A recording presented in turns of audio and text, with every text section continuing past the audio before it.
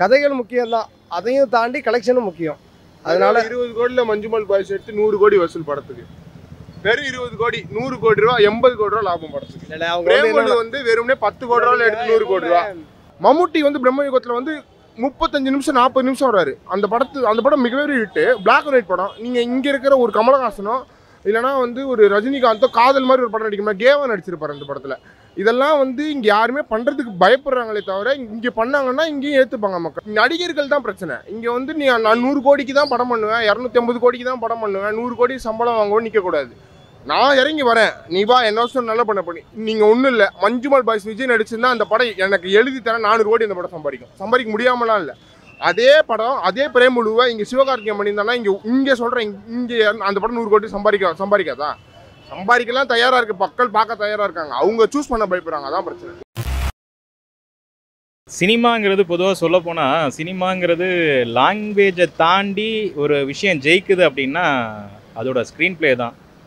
இன்றைக்கி நல்ல ரசிக்கக்கூடிய தன்மைகள் இருக்க காரணம் வந்து, ஒரு நல்ல சினிமா வந்து ஸ்க்ரீன் பிளே இருந்தால் ஈஸியாக ஜெயிச்சிருங்க. இது லாங்குவேஜ் பெரிய விஷயமே கிடையாது.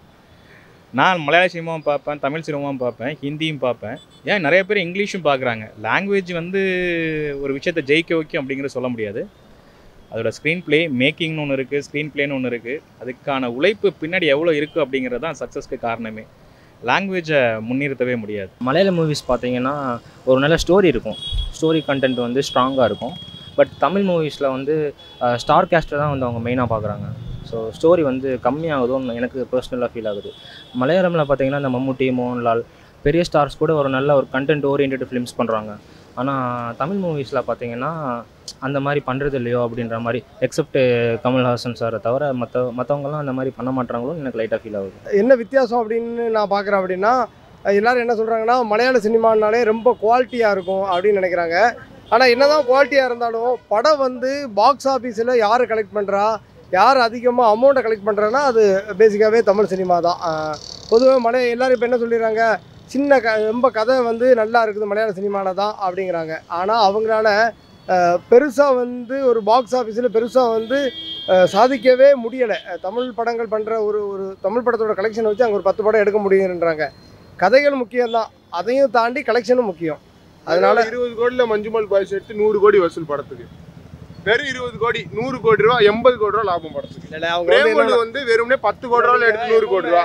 கண்டென்ட் தான் ப்ரோ. கண்டென்ட் வைஸில் வந்து மலையாள சினிமா ரொம்ப நல்லா பண்ணுறாங்க. இங்கே அந்த மாதிரி கண்டென்ட்ஸ் வரதில்லை. அது காரணம் வந்து ப்ரொடக்ஷன் கம்பெனிஸ் தான் நினைக்கிறேன். ப்ரொடக்ஷன்ஸ் ப்ளஸ் வந்து இந்த மாதிரி கதை இல்லைன்றதுலாம் பஞ்சம் கிடையாது. இங்கே கதைலாம் இருக்குது, அதோட நல்ல கதைகள் பண்ணுறவங்களாம் இருக்காங்க. இப்போ நீங்கள் பார்த்தீங்கன்னா சித்தாலாம் வந்துச்சு, நிறைய நல்ல கண்டென்ட் வந்துச்சு போன வருஷம். ஆனால் மலையாளத்தில் வந்து இப்போ சௌபின் ஷபீர் மாதிரி ஒரு பெரிய ஒரு ஆள். அவர் வந்து அழகாக வந்து சூப்பராக வந்து மஞ்சுமல் பாய்ஸ் ப்ரொடக்ஷன் பண்ணார். படம் சூப்பராக இருந்தது. மம்முட்டி வந்து பிரம்மயுகத்தில் வந்து 35 நிமிஷம் 40 நிமிஷம் வராரு. அந்த படம் மிகப்பெரிய ஹிட். பிளாக் அண்ட் ஒயிட் படம். நீங்கள் இங்கே இருக்கிற ஒரு கமலஹாசனோ இல்லைனா வந்து ஒரு ரஜினிகாந்தோ காதல் மாதிரி ஒரு படம் நடிக்கணும், கேவா நடிச்சிருப்பாரு அந்த படத்தில். இதெல்லாம் வந்து இங்கே யாருமே பண்ணுறதுக்கு பயப்படுறாங்களே தவிர இங்கே பண்ணாங்கன்னா இங்கேயும் ஏற்றுப்பாங்க மக்கள். நான் காதல் படத்தில் அவ்வளோ விரும்பி பார்த்தேன், அவ்வளோ நல்லா இருந்துச்சு. ஜோதிகா நல்லா நடிச்சிருந்தாங்க, மம்முட்டி நல்லா நடிச்சிருந்தாங்க, எல்லாரும் நடிக்கிறாங்க. அந்த மாதிரி நடித்தா இங்கே ஓட போகுது, அவ்வளோதான். அதுதான் டிஃப்ரென்ஸ். இங்கே வந்து பயப்படுறாங்க, அங்கே கதையெல்லாம் பஞ்சம் கிடையாது. இங்கே நடிகர்கள் தான் பிரச்சனை. இங்கே வந்து நான் 100 கோடிக்கு தான் படம் பண்ணுவேன், 250 கோடிக்கு தான் படம் பண்ணுவேன், 100 கோடி சம்பளம் வாங்குவோம் நிற்கக்கூடாது. நான் இறங்கி வரேன், நீ வா என்ன வருஷம் நல்லா பண்ணி. நீங்கள் ஒன்றும் இல்லை, மஞ்சுமல் பாய்ஸ் விஜய் நடிச்சிருந்தா அந்த படம் எனக்கு எழுதி தரேன் 400 கோடி அந்த படம் சம்பாதிக்க முடியாமலாம் இல்லை. அதே படம் அதே பிரேமுழுவை இங்கே சிவகார்த்திகேயன் பண்ணியிருந்தானா இங்கே சொல்கிறேன், இங்கே அந்த படம் 100 கோடி சம்பாதிக்காதா? சம்பாதிக்கலாம் தயாராக இருக்குது, மக்கள் பார்க்க தயாராக இருக்காங்க, அவங்க சூஸ் பண்ண பயப்படுறாங்க, அதான் பிரச்சனை. நல்ல படங்கள் வர தயாராக தான் இருக்குது. ஆனால் வந்து கதைகள் நல்ல படங்கள் பண்ணுற இயக்குநர்கள் தயாராக இருக்காங்க. ஆனால் அவங்களுக்கான கதை காலத்தை அமைச்சு கொடுக்க எங்கள் பெரிய நடிகர்கள்லாம் பயப்படுறாங்க. அங்கே ஈஸியாக அசால்ட்டாக பண்ணிட்டு போகிறாங்க. இல்லை, நமக்கு நீங்கள் பேசுகிற சில பேரை பார்த்துருப்பீங்க, அவங்களாம் என்னென்னா மலையாள படங்களோ அதில் பயங்கரமாக கதை இருக்குப்பா அப்படின்னு நினச்சிடுறாங்க. ஏன்னா இவங்க சின்ன சின்ன படங்களை போய் பார்க்குறதே கிடையாது. மலையாள படங்கள் வந்தால் பார்க்குறாங்க, சின்ன தமிழ் படங்கள் வந்தால் ஓடிடியில் பார்ப்பானுங்க, மலையாள படம் வந்தோன்னே ஓடி வந்து தேட்டரில் பார்ப்பானுங்க. அதுதான் காரணம். இல்லை, அது சினிமாவோட அழிவு தான். நீங்கள் என்னென்னு பார்த்தீங்கன்னா, இப்போ விஜய் நடித்தா தான் பார்ப்பேன், அஜித் நடித்தா தான் பார்ப்பேன் அப்படிங்கிறத தாண்டிட்டு எங்கள் கதைக்களம் நல்லா இருக்குது. இப்போ மலையாள படங்களில் கதைக்களம் நல்லாவே இருக்குது, போய் மக்கள் எல்லாருமே பார்க்கணுங்கிறத. நம்ம மலையாள படங்கள் பார்க்க வேண்டாம், அதுக்காக நீங்கள் வந்து மலையாள சினிமாவோட தமிழ் சினிமா ஒப்பிடணும்லாம் இல்லை. நீங்கள் கிட்டத்தட்ட மலையாள ஒரு மொழி உருவானதே நம்ம தமிழில் இருந்து தான். ஸோ இங்கே அந்த மாதிரி கதைக்களங்களை தேர்ந்தெடுத்து நீங்கள் மலையாள படம் சின்ன சின்ன நல்ல கதைகள் இருக்குது அப்படின்னு எடுத்து அதே மாதிரி சின்ன படங்கள் எடுத்தால் இதில் எதில் வேறு ஆதரிப்பாங்கன்னு நினைக்கிறீங்க? ஒரு பையன் பார்க்க மாட்டான். அந்த படங்கள்லாம் விஜய் அஜித் நடித்தா தான் போய் நீங்கள் பார்ப்பீங்க. அதனால் என்ன கதை எடுத்தாலும் அது விஜய் அஜித் நடிக்க வேண்டியதாக இருக்குது. அப்படின்னா தான் வந்து ஆதரிப்பாங்க. அதுதான் இந்த மலையாள படத்தில் நல்ல கதைகள் இருக்கிற படங்களை வந்து நம்ம ஆதரிக்கணும். ஆனால் மலையாளிஸ் வந்து ஆதரிக்கிற பெருசாக நம்ம ஆதரிக்க மாட்டேங்காங்க. அதுதான் பெரிய ஒரு காரணமாக இருக்கணும். ஸோ கதைக்களமும் ரொம்ப ரொம்ப முக்கியம்தான். அதோடையும் பாக்ஸ் ஆஃபீஸ் கலெக்ஷனுங்கிறது ரொம்ப முக்கியம். ஏன்னா அதுதான் நீங்கள் அடுத்த படத்தை எடுக்கிறதுக்கான உங்களுக்கு சோர்ஸை ஏற்படுத்தும். ரெண்டுமே சினிமா தான் பொதுவாக பார்த்தா. இதில் என்னென்னா நல்ல கண்டென்ட் இருந்தால் மக்கள் நல்லா ரசிக்கிறாங்க. ஸோ அதை நம்ம பாராட்டி ஆகணும். இப்போ மலையாள சினிமாவாகட்டும் தமிழ் சினிமாவாகட்டும் யதார்த்தங்களை மக்கள் இப்போ ரொம்ப ஈஸியாக எடுத்துக்கிறாங்க. இன்னொருத்தருக்கு நடக்கிற ஒன்றை கூட அது அவங்க கூட கனெக்ட் பண்ணிக்கிறாங்க. சம்வேர் எங்கேயோ அது நமக்கும் இருக்குது. ஸோ நம்ம அதை பார்த்துருக்கோன்றது. இப்போ மஞ்சுவலி பாய்ஸ் பார்த்தோம்னாலும் அது ஃப்ரெண்ட்ஸ் கூட ஒரு டீமாக பார்க்கும்போது அது நல்ல வைப்பாக இருக்கும். ஸோ அந்த மாதிரி ஒரு கனெக்ஷன் தான். எதோ இருந்தாலும் நம்ம ஏதோ ஒரு சம்வேர் நமக்கு எங்கே நடந்திருக்கும், இல்லை நம்ம எங்கேயோ பார்த்துருப்போம். இப்போ லவ்வர் மணிகண்டன் பார்த்தோம்னா அதுவும் நமக்கு எங்கேயோ இதில் கனெக்ட் ஆகும். எல்லாமே நல்ல கண்டென்ட் இருந்தால் நல்லா எல்லாருமே பார்க்கக்கூடிய ஒரு இதுதான். இப்போ தமிழ் சினிமா, மலையாள சினிமா, ஆந்திரா சினிமா அப்படி எதுவுமே நம்ம கோலிவுட் மாலிவுட் அப்படி எடுத்துக்க வேணாம். எல்லாமே பொதுவாக சினிமா தான். சினிமாவை பார்க்கலாம். பட் இது என்னென்னா நல்ல கண்டென்ட் என்ன சொல்ல வராங்கன்னா நம்ம எப்படி எடுத்துக்கிறோன்றதை பொறுத்து தான் அது. கதை இருக்கே, நிறைய இருக்கே. வடபழனி அந்த சினிமா ஏரியா, அந்த ஏரியா அது கோடம்பாக்கத்துலாம் நிறைய கதை வச்சு நிறைய பேர் சுற்றிட்டு இருக்காங்களே. அவங்களுக்குலாம் வாய்ப்பு இல்லைன்னு தான் சொல்ல முடியும். ஒவ்வொருத்தருக்கும் வாய்ப்பு கொடுத்து பாருங்கள். கூட்டம் வேற லெவலில் வரும். ஒரு காலத்தில் எல்லா சினிமா தேட்டரும் இடிக்க போகிறாங்க, டிஜிட்டல் ஆகி போயிடுச்சு, வீட்டிலே உட்காந்து படம் பார்க்கலாம் அப்படிங்கிற காலம்லாம் தாண்டி போய் சினிமா என்றைக்கும் ஜெயிச்சிக்கிட்டு இருக்கு. சினிமாங்கிறது ஊடகங்க, அது என்றைக்குமே தோக்காது, என்றைக்கும் அதை அழிக்கவும் முடியாது. நல்ல வாய்ப்பு யாருக்கும் கிடைக்கல தமிழ் சினிமாவில் சொல்ல போனால். அதான் வாய்ப்புகள் நிறையா கொடுத்து பாருங்கள், நிறையா படம் ஜெயிக்கும்.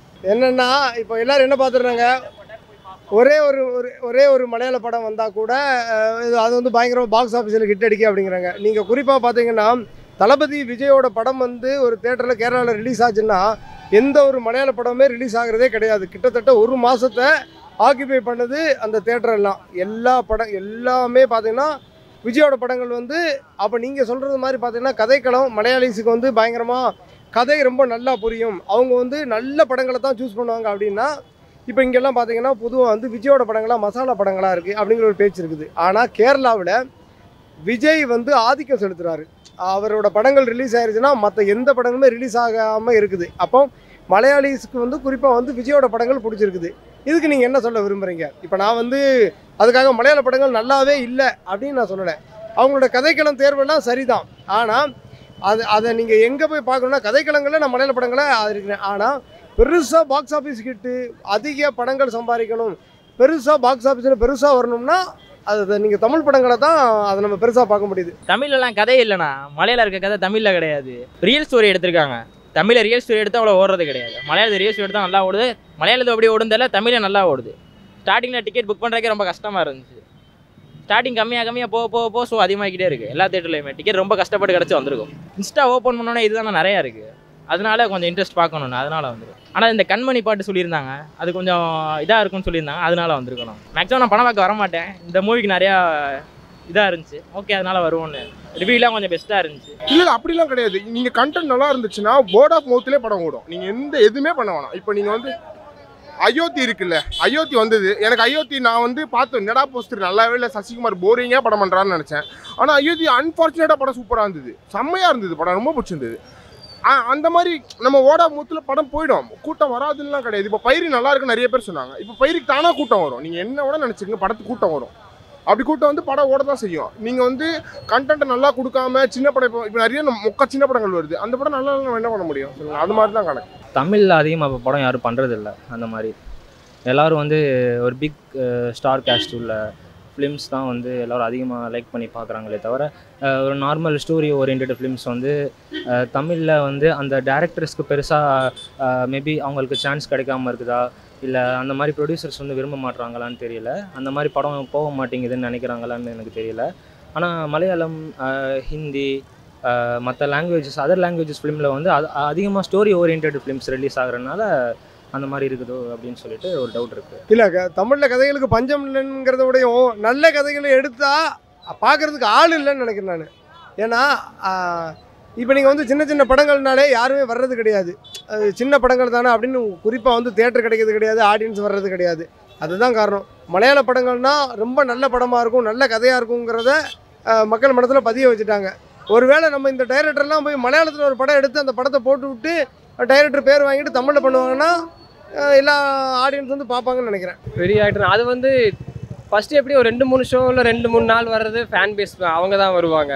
ஸோ நானும் ஒரு ஃபேன் தான். ஸோ அப்படி பார்க்கும்போது அதுவும் பேஸ்டாக இப்போ நல்ல கண்டென்ட் இருந்தால் தான் எனக்கு தெரிஞ்ச நல்லா கண்டென்ட் இருந்ததுனாலே அதை பொறுத்து தான் மக்கள் வருவாங்க. ஸோ அதில் ஃபேன் பேஸாக இருந்ததுன்னா அந்த ஃபஸ்ட்டு ஷோ இல்லை ஒரு ஃபஸ்ட்டு அந்த ஒன் டே இருக்கிறது எல்லாமே ஃபஸ்ட்டு கொஞ்சம் ஃபேன் பேஸாக தான் இருப்பாங்க. ஸோ அதை தவிர்த்து பார்க்கும்போது இல்லை இந்த செகண்ட் வீக் பார்க்குறோம் அதுதான் நல்ல கண்டென்ட் எப்படி நமக்கு அது எப்படி படம் சர்வைவ் ஆகுமா இல்லையன்ற சொல்கிறது பொறுத்து அது செகண்ட் வீக்காக தான் இருக்கும். ஃபஸ்ட் வீக் எல்லாமே இந்த ஃபேனு அவங்க ஃப்ரெண்ட்ஸு ஸோ நான் என் தலைவன் படம் வந்து கூட்டிகிட்டு போகிறேன்டான்னு அப்படிலாம் கூட்டிகிட்டு போக வாய்ப்பு இருக்குது. அது இல்லாமல் செகண்ட் வீக் நம்ம பார்க்குறோம் அந்த கண்டென்ட் எப்படி நிற்கிது. ஸோ அந்த சர்வைவில் பொறுத்து தான் படம். பிரபுராம் வியாஸோட லவ்வர் பார்த்துருந்தேன். படத்தில் பிரச்சனை நிறையா இருக்குது. ஆனால் பேசின விஷயம் ரொம்ப முக்கியமான விஷயம் நல்லா இருந்தது. ரொம்ப மேக்கிங்காக நேர்த்தியாக இருந்தது. படத்தில் நிறைய பேர் இருக்காங்க. இப்போ வந்து நீங்கள் சித்தா டைரக்டர் பண்ணுறாரு. அவர் நல்லா அவர் பண்ண 2-3 படங்கள் பிடிக்காது எனக்கு. கடைசி படம் ரொம்ப சூப்பராக இருந்தது. ஸோ வந்து இயக்குநர்கள்லாம் இங்கே இருக்காங்க. நீங்கள் வந்து ரத்னகுமாரே இருக்கார், லோகேஷ் கூட சுற்றி பார்த்தோம். அவரோட ஃபஸ்ட்டு படம் எவ்வளோ ஃபென்டாஸ்டிக்காக இருக்கும். ஆனால் அவர் எங்கே போனாருன்னே தெரில. ஆடையெல்லாம் எதுக்கு பண்ணாருன்னே தெரில. அவரால் அவர் லோகேஷ் சொல்கிறாரு அவன்கிட்ட ஒரு ஸ்கிரிப்ட் இருக்குது, அவன் அதை பண்ணியிருந்தாலும் பயங்கரமாக இருக்குன்றாரு. அப்போ அந்த மாதிரி ஸ்கிரிப்ட்ஸ் அவங்க பண்ண தயாராக, ப்ரொடக்ஷன் கம்பெனி தயாராக இல்லை. இங்கே இதுதான் பிரச்சனை, வேறு எதுவுமே இல்லை. தமிழ் சினிமாவில் தமிழே வந்து புரியாமல் ஒரு மொழி படம் வந்துச்சு, ஞாபகம் இருக்குமா உங்களுக்கு? யாகுப்பா யாகுன்னு சொல்லிட்டு யாகுன்னு ஏதோ ஒரு படம் ஒன்று வந்துச்சு. அந்த தமிழே வந்து ரொம்ப கொடுந்தமிழாக இருக்கும். யாத்திசை அந்த தமிழே வந்து ரொம்ப கொடுந்தமிழாக இருக்கும். மக்கள் அதுக்கும் வரவேற்பு கொடுத்தாங்களே, பெரிய வரவேற்பு கிடச்சிது, நல்ல ஹிட் ஆனிச்சு, தேட்டர்லலாம் ஒன்றுச்சு. ஸோ லாங்குவேஜுங்கிறது வந்து என்னையை பொறுத்த வரைக்கும் சக்ஸஸ்க்கு ஒரு இது கிடையாது. That's it. அதான் ஸ்க்ரீன் பிளே, ஒரு நல்ல ஸ்க்ரீன் பிளே இருந்துச்சுன்னா கண்டிப்பாக கூட்டுறேன். எனக்குலாம் நான் படம் டெய்லி பார்ப்பேன். டெய்லி சினிமா பார்க்கக்கூடிய ஆள், டெய்லி போவேன், டெய்லி சினிமா பிடிக்காது. நான் எந்த படம் வேணாலும் பார்ப்பேன். லாங்குவேஜுங்கிறத தாண்டி எந்த படம் வேணாலும் போய் பார்க்குறது தான். லாங்குவேஜ் மட்டும் சொல்ல முடியாது பிரதர், ஸ்க்ரீன் பிளே இருக்குது. நீங்கள் சொல்லணும்னா 1984 இந்த இதெல்லாம் பார்த்தீங்கன்னா பாட்டு மட்டுமே இருந்தால் ஹிட் ஆகிடும்.